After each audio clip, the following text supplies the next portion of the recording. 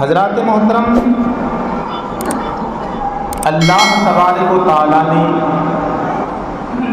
ہم تمام کو اشرف المخلوقات پیدا کیا۔ دنیا میں بہت سے جاندار ہیں، روح والے ہیں، لیکن سب اشرف نہیں ہیں۔ اللہ نے انسان کے سروں پر اشرف المخلوقات کا تاج رکھا ہے، اور ہم نے یہ بھی فرمایا وَمَا خَلَقْتُ الْجِنَّ وَالْإِنسَ إِلَّا لِيَعْبُدُونِ۔ ہم نے جنات اور انسان کو اپنی عبادت کے لیے پیدا کیا، عبادت کرنے کے لیے اوروں کو نہیں، انسانوں اور جناتوں کے لیے۔ ورنہ عبادت کے لیے بہت سے مخلوقات ہیں جو اللہ کی عبادت کرتی ہیں۔ کوئی پیڑ تب تک ہرا بھرا رہ سکتا ہے جب تک ذکر اللہ میں مشغول رہا کرتا ہے۔ درخت کے پتے تب گرتے ہیں جب وہ ذکر اللہ سے غافل ہو جاتا ہے۔ کسی جانور پر چھری تب تک نہیں چلتی جب تک وہ ذکر اللہ کرتا ہے۔ یعنی جب اللہ کے ذکر سے اپنے دلوں کو منور و مجلہ کرتا ہے، اللہ اس کی حفاظت بھی کیا کرتا ہے۔ مگر ہم انسان اشرف المخلوقات، نمازوں سے ہم دور ہیں، ذکر اللہ تو بھولے بھٹکے سے کبھی کر لیں، کبھی یاد آ جائے پروردگار جمعے کو یاد آ جاتی ہے، کیونکہ ہم پابند نماز تو ہے نہیں کہ نماز کی پابندی کریں، بس کر لیتے ہیں، جمعہ کے دن مجبوری میں 2 رکعت پڑھ لیتے ہیں۔ اللہ تبارک و تعالیٰ نے اشرف المخلوقات پیدا فرمایا، انسان کو کہا، اور ان انسانوں میں سب سے بہتر انسان وہ کون ہے؟ حضور صلی اللہ تعالی علیہ وسلم کی امت کو بہتر کہا، امت محمدیہ کو سب سے بہتر کہا کہ سب سے بہتر امت محمدیہ ہے، کیونکہ میرا نبی سب سے بہتر ہے، اس کی وجہ سے ان کی امت بھی سب سے بہتر ہے۔ قرآن مقدسہ کی آیت کریمہ تلاوت کی، اللہ تبارک و تعالیٰ کو سب سے زیادہ کوئی اگر پسند ہوتا ہے تو اپنے گناہوں پر شرمندہ ہونے والا، توبہ کرنے والا اللہ کو پسند آتا ہے۔ گناہ کر کے اکڑ جاتا ہے، شیطان نے گناہ کیا، اکڑ گیا، جنت میں تھا تو نکال دیا گیا، جنت میں رہنے والا تھا، جنت سے باہر کر دیا گیا۔ کیوں؟ انسان معصوم نہیں ہے، انسان معصوم نہیں ہے۔ اللہ نے انبیاء کرام کو معصوم پیدا کیا، اس سے کوئی گناہ نہیں ہے، یہ گناہ نہیں کرتی، اللہ نے اس کو معصوم پیدا کیا۔ فرشتے معصوم ہوا کرتے ہیں، مگر انسان چاہے کتنا بڑا اللہ کا ولی ہو جائے وہ معصوم نہیں ہے، اس سے بھی گناہ ہو سکتا ہے۔ لیکن اللہ کے جو ولی ہوتی وہ گناہ کی طرف جاتے نہیں، یہ الگ بات ہے کہ وہ گناہ کرتے نہیں، مگر گناہ ہو سکتا ہے۔ تو جب گناہ ہو جائے تو اس گناہ کو ختم کرنے کے لیے ایک دروازہ کھلا ہے پروردگار کا، وہ اس وقت تک کھلا رہتا ہے جب تک تیری سانسوں کی گھڑی موجود رہتی ہے۔ آخری وقت نہیں آ جاتا تب تک سانسوں کی گھڑی رہتی ہے، اس وقت تک تیرا توبہ کا دروازہ کھلا رہتا ہے۔ انسان کبھی بھی اپنی گناہوں پر شرمندہ ہو کے پروردگار کی بارگاہ میں توبہ کر لیتا ہے، اللہ اس کے گناہوں کو ایسا مٹا دیتا ہے جیسا آج ہی ماں کے پیٹ سے پیدا ہوا ہے۔ مگر یہ ہے کہ گناہوں سے پاک ہونے کے لیے رب کی بارگاہ میں شرمندہ ہونا ہے، توبہ کرنا ہے، اس طرح توبہ کرنا ہے کہ پروردگار تمہارے توبہ کو قبول کر لے اور تمہارے گناہوں کو مٹا کر جنت کا پروانہ بنا دے۔ اولیاء کرام میں بہت سے ایسے ہیں جو اللہ تبارک و تعالیٰ نے پہلے گناہوں کے راستے پر تھا، اللہ نے ان کو مقبول بنا دیا۔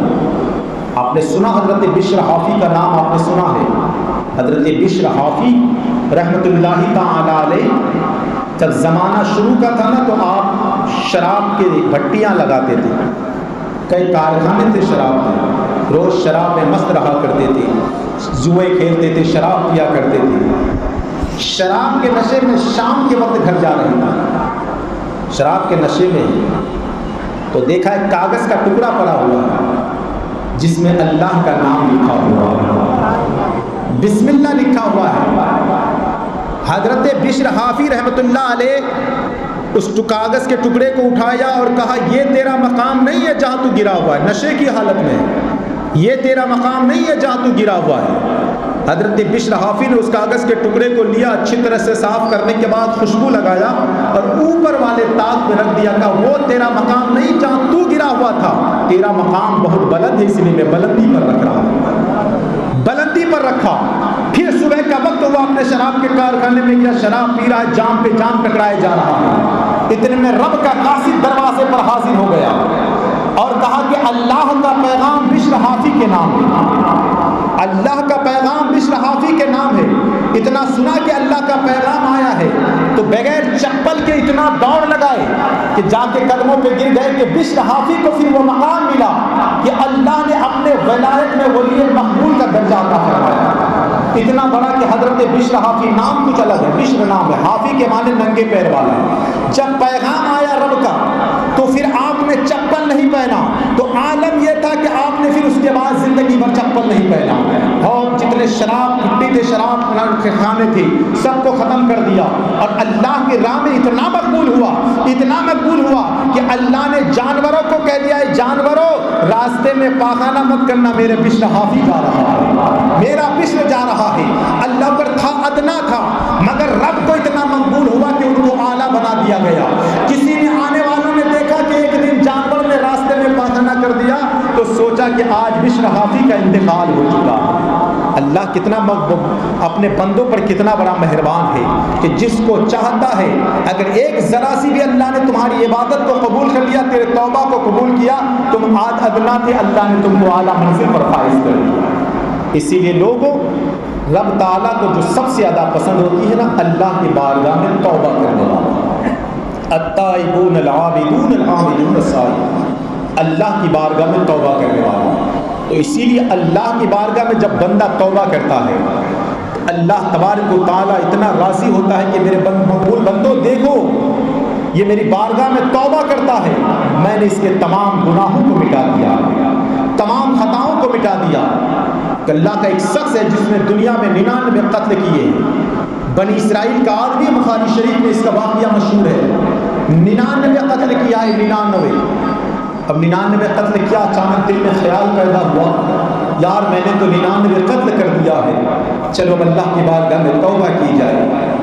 یہ گیا کسی ایک ایسے ملا کے پاس، اپنے آپ کو مولانا کہنے والا، کیونکہ دنیا میں بہت ہے، نیم حکیم خطرے جان، نیم ملا خطرے ایمان۔ جب نیم حکیم کی بات آتی ہے اور نیم ملا کی بات آتی ہے، بہت سے لوگ ایسے ہوتے ہیں کچھ نہیں معلوم ہے، سب سے زیادہ اپنے آپ کو مسئلہ سمجھنے والا۔ پھر عالم یہ ہوا کہ جب گیا اس کے پاس تو نیم ملا تھا، کچھ جانتا ہی نہیں تھا، اپنے سے مسئلہ بتانے والا، تو پھر کہا کہ مجھ کو ایک مسئلہ پوچھنی ہے، مسئلہ یہ ہے کہ میں نے 99 آدمی کا قتل کیا، کیا میری بخشش ہو سکتی ہے، کیا اللہ مجھے معاف کرے گا؟ اس نے کہا نادان ہوش تو کر، تو نے 99 آدمی کا ناحق خون بہایا ہے، اب بھی تجھے اپنی بخشش کی امید ہے، تو چاہتا ہے کہ اللہ تیرے گناہوں کو بخش دے۔ اس نے کہا جب بخشش نہیں ہو سکتی تو پھر یہ بے جوڑ کا عدد جیسا کیوں نہ جوڑ پورا کر دو، 100 کی گنتی پوری کر دو۔ تلوار اٹھایا اور سلیم حکیم کو گردن میں مارا کہ گردن کھیرے کی طرح کٹ کے دوسری طرف نکل گیا۔ کچھ دن گزرا، دل میں پھر خیال پیدا ہوا، پھر دل میں خیال پیدا ہوا کہ اللہ میرے گناہوں کو بخشے گا، تو گیا اللہ عالم دین کی بارگاہ میں، عالم ربانی کی بارگاہ میں، اور جا کے کہا کہ میں اتنا بڑا گنہگار ہوں، 100 آدمیوں کا قاتل ہوں، کیا اللہ میری گناہوں کی بخشش کرائے گا؟ کیا اللہ میری گناہوں کی بخشش کرے گا؟ اس نے کہا ایک کام کر، چلے جا بیت المقدس میں، وہاں کسی عابد کے ہاتھ پر توبہ کر دے، اللہ تیری گناہوں کو معاف فرما دے گا۔ بیت المقدس چلا جا۔ اب یہ چلا تھا، راستے سے قدم اٹھا ہی تھا، آدھا راستہ پہنچا ہوگا یا اس سے زیادہ پہنچا ہوگا یا اس سے کم پہنچا ہوگا، ابھی قدم اٹھایا ہی تھا کہ ملک الموت نے روح قبض کر لی، اور جب روح قبض کر لی تو جہنم کے فرشتے ابھی آ گئے اور جنت کے فرشتے بھی۔